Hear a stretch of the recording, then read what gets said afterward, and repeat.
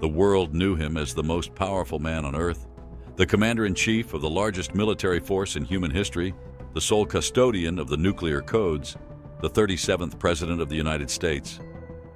But on the humid, oppressive night of August 8, 1974, Richard Nixon was a king wandering the halls of his own castle, a ghost before his time. He was a man cornered by his own actions, isolated by his own paranoia, and now, finally, defeated. This was more than a resignation. It was the collapse of an administration, the implosion of a psyche, and the traumatic, agonizing end of a national nightmare. In those final 24 hours, the man closest to the nuclear button was, according to those closest to him, terrifyingly close to the edge of madness. This is the untold story of that night. The alcohol-fueled, slurred conversations in the dark, the secret military order given to deny the president access to his own nuclear football, and the final desperate bargains he tried to make with his own family. This was the tragic, unseen final act of a president's fall from grace. For 2 long, grueling years, the Watergate scandal had metastasized, consuming the American government like a slow-moving cancer. It began as a third-rate burglary at the Democratic National Committee headquarters, an inept break-in that should have vanished from the news cycle in a day. But it didn't. The threads were pulled, one by tenacious journalists and investigators, and they refused to break. Instead, they led higher and higher through secret slush funds, through illegal wiretaps, through political dirty tricks, orchestrated by a clandestine unit known as the Plumbers. The threads led past the Attorney General, past his closest aides, H.R. Haldeman and John Ehrlichman, and stopped only at the threshold of the Oval Office itself. Richard Nixon, the man who had built his entire career on a platform of law and order, was now the central figure in the greatest criminal conspiracy in American history. His infamous enemies list was no longer a private obsession. It was a public manifestation of the paranoia that fueled the entire operation. He saw enemies everywhere, in the press, in the Democratic Party, and especially in the ghost of the Kennedy dynasty he so deeply resented. If you wish to explore these dark corridors of history, to understand the moments where power and personality collide to change the world, subscribe to our channel and join us on this journey. The story truly begins now. The public knew about the hearings. They knew about the tapes, the secret recording system Nixon himself had installed in the White House, the system that would ultimately become his executioner. But what the public did not know, what was happening in the frantic, terrified whispers behind the scenes, was far more alarming. On that final day, August 8th, Secretary of Defense James Schlesinger, a man known for his sober and analytical mind, took an unprecedented and constitutionally terrifying step. He quietly issued a directive to the Joint Chiefs of Staff. No military order, specifically any order originating from the president regarding the launch of nuclear weapons, was to be obeyed without first being countersigned by either himself or Secretary of State Henry Kissinger. This was a silent, secret coup, an admission from the highest levels of the Pentagon that they believed the commander-in-chief was dangerously unstable. They feared what a desperate, cornered, and as rumor had it, heavily drinking president might do in his final, agonizing hours. Was he volatile enough to create an international crisis to deflect from his domestic one? The men holding the keys to the world's destruction believed it was possible. The political end had come not with a bang, but with a funereal whisper. The day before, on August 7th, the lions of his own Republican Party had made the somber pilgrimage to the White House. Senator Barry Goldwater, the very icon of conservatism, along with Senator Hugh Scott and Representative John Rhodes, met Nixon in the Oval Office. There was no negotiation. There was no discussion of strategy. Goldwater, in his famously blunt manner, laid out the facts.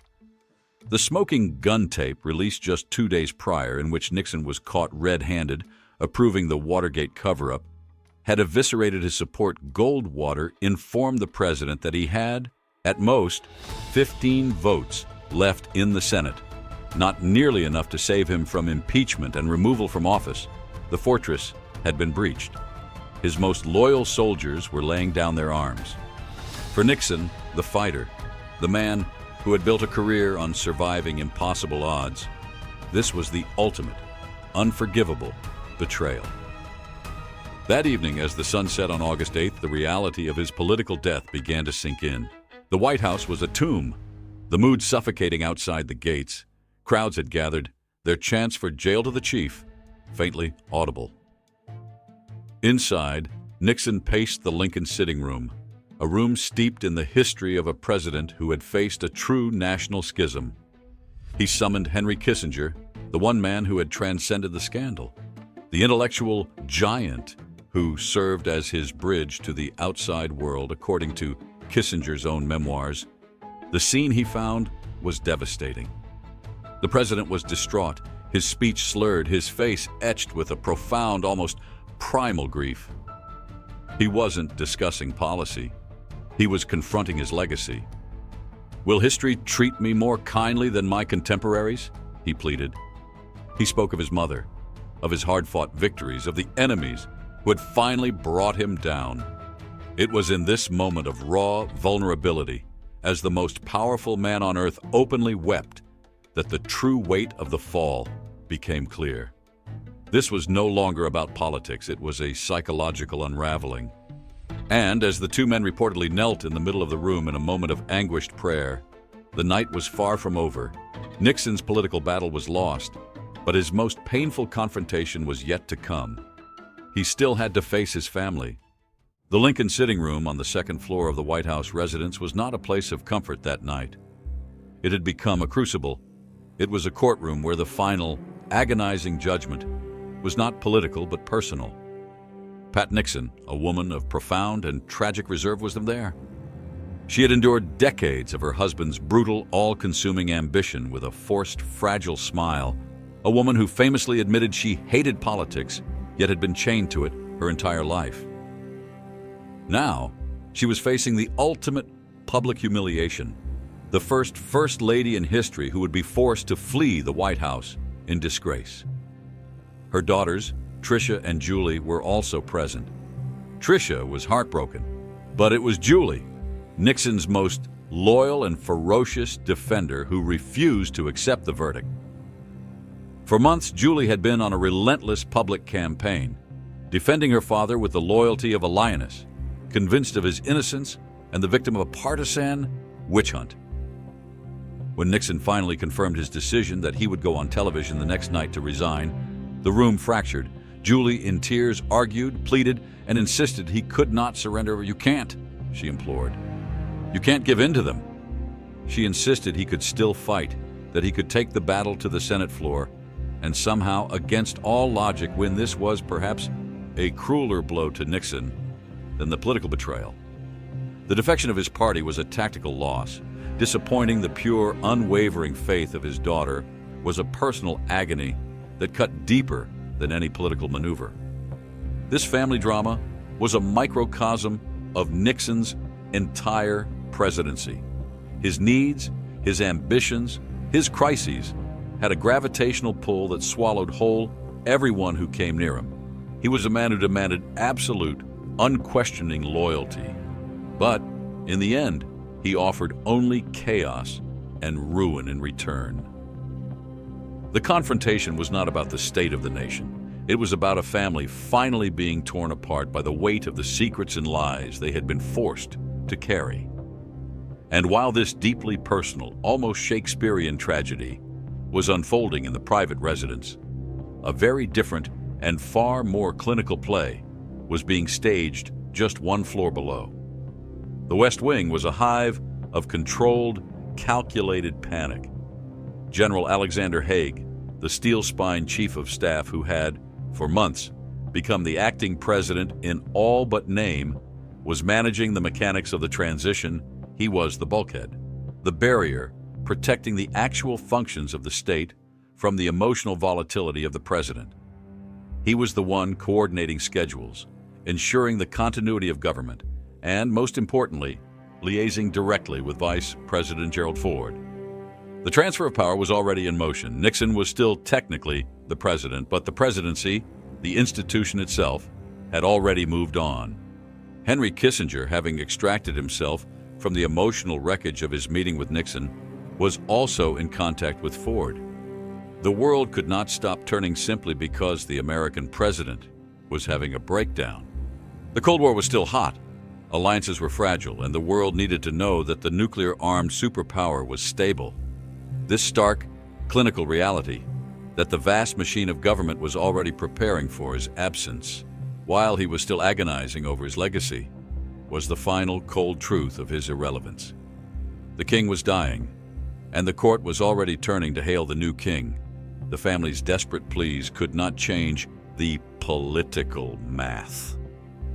The fight was over. Nixon retreated from his family not to rest, but to face his final public duty.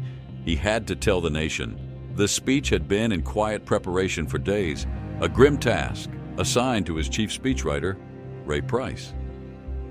Nixon had given his team specific non-negotiable instructions. This was not to be a confession. It was not to be an apology. The word Watergate, the scandal that bore his name, was not to be mentioned.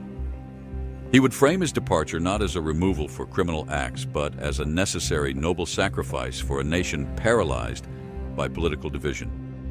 He was, in his own mind, falling on his sword to heal the country, a country he had mortally wounded.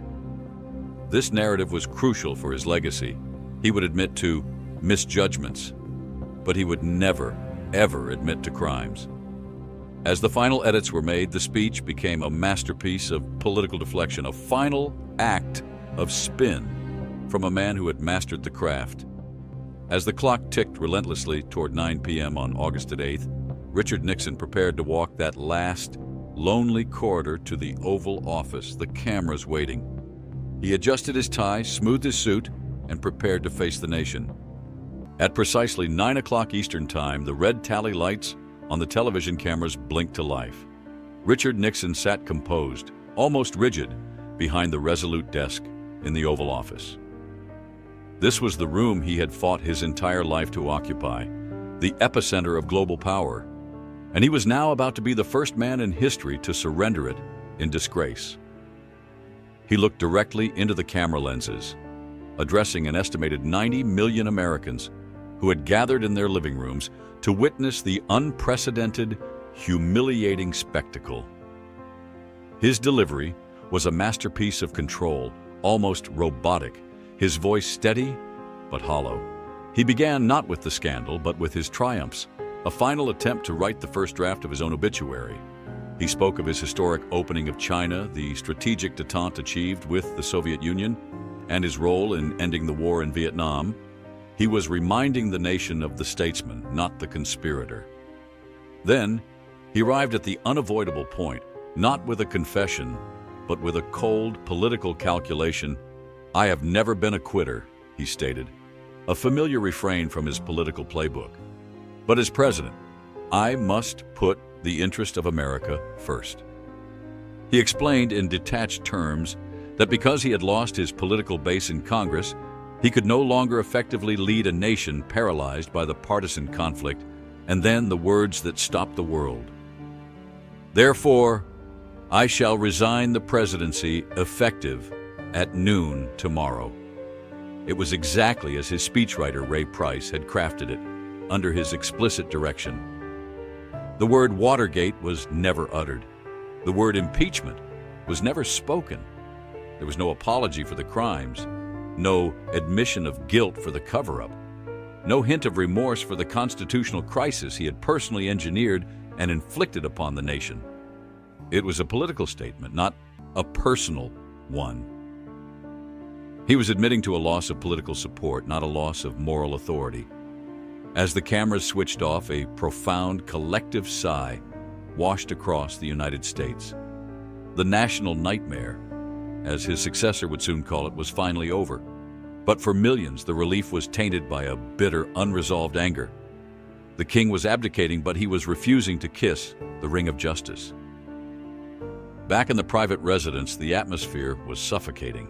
The public performance was over, but the private unraveling was accelerating.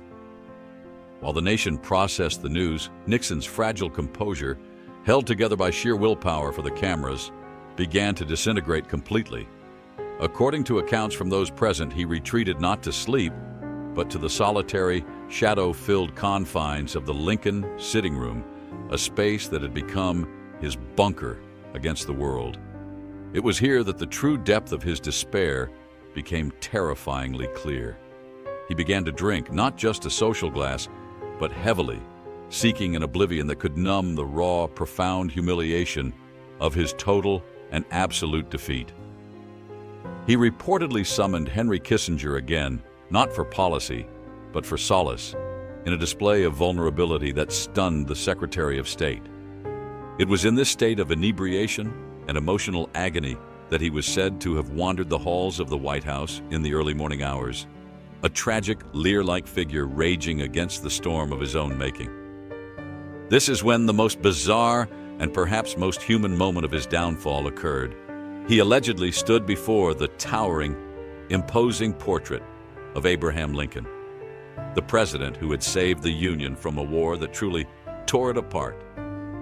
Staffers later recounted hearing Nixon, his voice thick with emotion and alcohol, engaging in a one-sided, tormented conversation with the painted image he reportedly spoke to Lincoln about his own burdens, his own enemies, and the crushing, unfair weight of his legacy. He was desperate for a historical parallel, a justification, a companion in his unique political agony. This nocturnal dialogue with a long-dead president was the true confession that the nation never heard, an agonizing admission of his own profound sense of failure, his paranoia, and his desperate, all-consuming need to be seen as a great historical figure, a need that had now been irrevocably destroyed. The sun would rise in a few hours, and he would have to face the world one last time. The morning of August 9th, 1974, dawned heavy and surreal. The White House staff, many of whom had served Nixon with a deep and genuine personal loyalty, gathered in the East Room for a final, emotional farewell. This was not a state function. It was a raw, unfiltered, and deeply awkward wake for a presidency that was dying in real time. When Richard Nixon entered the room with his family, the applause was thunderous, not just polite, but desperate, a wave of support for a man they saw as a victim. He was no longer the imposing commander-in-chief. He was a broken man, visibly trembling, his eyes swollen and red from a night spent confronting his own ghosts, a night entirely without sleep. He stepped to the podium, not with the cold, calculated, and defiant remarks of the previous night's resignation, but with a rambling, stream-of-consciousness eulogy for his own career. This was the speech the nation should have heard, the one speech that was perhaps undeniably real. It was Nixon stripped bare of all his political armor, his psychological defenses shattered. He spoke not of China or the Soviet Union. He spoke of his father, a simple man, and of his mother, whom he revered, his voice breaking as a saint. He recounted his childhood poverty, the endless struggles against the establishment, the press, and the elites, he felt, had always looked down on him. Then, in a moment of pure, agonizing self-revelation, he looked at the staff and offered a warning that was, in truth, his own confession. "Others may hate you," he said, his voice cracking. "But those who hate you don't win unless you hate them, and then you destroy yourself." It was the ultimate, unintentional epitaph. He had finally admitted it to the world and to himself. His hatred, his paranoia, his obsession with his enemies had been a poison, and with it, he had finally, fatally, destroyed himself. The speech ended. The room was filled with open, agonizing sobbing. He and his family walked out onto the south lawn, toward the waiting green helicopter Marine One. He turned at the top of the steps, facing the cameras and the nation one last time. He smiled, a wide, strained, almost grotesque grin of a man holding back a scream. and defiantly raised both arms in his iconic V for victory salute. It remains one of the most profound and bizarre images in American political history. A man utterly defeated, banished from power in the ultimate disgrace, signaling victory. Was it a final act of supreme denial? A last, defiant message to his enemies that he was not truly beaten? Or was it simply the reflexive, hollow gesture of a man who had been a politician for so long he no longer knew how to be anything else? The door closed, the helicopter blade's whirred, lifting him off the White House lawn. And as it ascended, the presidency of Richard Nixon evaporated into the humid August sky. The moment those wheels left the ground, the power transferred. On the ground in the White House, Gerald Ford was already preparing to take the oath of office he would shortly address the nation, declaring, "My fellow Americans, our long national nightmare is over." Nixon, meanwhile, was just a private citizen in an aircraft flying west into a self-imposed exile in San Clemente, California. The legal jeopardy was immediate. As a private citizen, he was now vulnerable to indictment and criminal prosecution for his role in the cover-up. But the final act of the Watergate tragedy was yet to come. Just 1 month later, on September 8th, President Gerald Ford, citing the need to heal the nation, signed a full, free, and absolute pardon for Richard Nixon, shielding him from all federal crimes he had committed or may have committed. This controversial decision, seen by many as a corrupt bargain, likely cost Ford the next election, but it slammed the door shut on any legal accountability for Nixon. He would never face a jury. He would spend the rest of his life fighting not in a courtroom, but in the court of public opinion, relentlessly trying to rehabilitate his image, to rewrite his ending. But history is stubborn. Richard Nixon was not remembered as the great statesman who spoke to Lincoln's portrait. He was remembered as the architect of Watergate, the unindicted co-conspirator, the only president to ever resign in shame. His fall was not a single event. It was a slow, agonizing descent, a tragedy of his own making, driven by the very demons of hatred and paranoia he warned others about in his final, desperate words.